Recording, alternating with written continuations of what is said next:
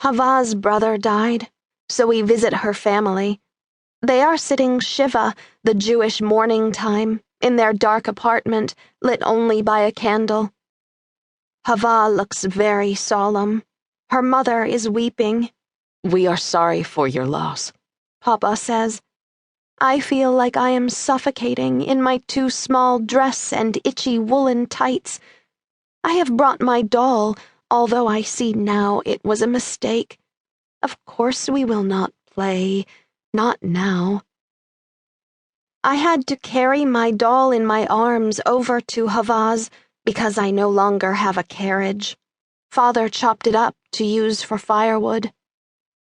People are dying in this ghetto, not just Hava's brother.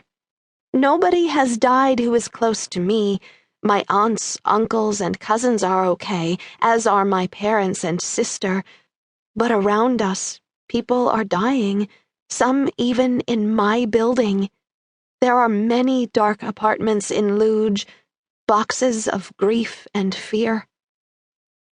When we are back home, I close my eyes tightly, and in my mind I see a giant bubble floating down from the sky, circling our apartment, my family. For a few moments, I feel a little bit safe. Rumkovsky.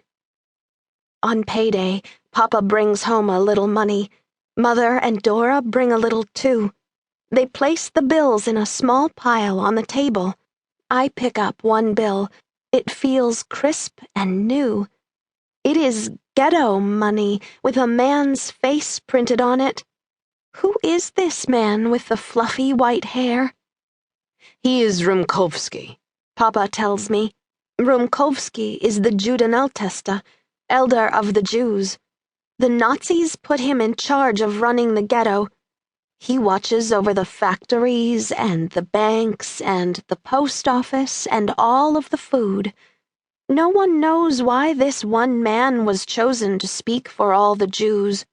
What we do know is that the more room keys pile up on our table, the more we will eat this week. Rations. Ration cards tell how much food and supplies each person in the ghetto is allowed.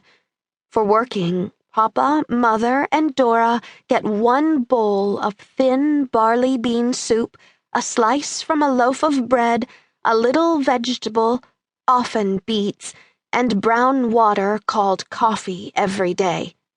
I get scraps they have saved and pieces of food the neighbors give me.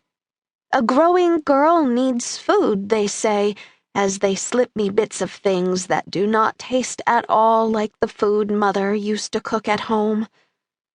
Before. Sweet pastries, soups thick with meat and noodles, chewy bread with fruit spread, even green beans. I used to not like green beans, but now I'd eat them all up. A big girl.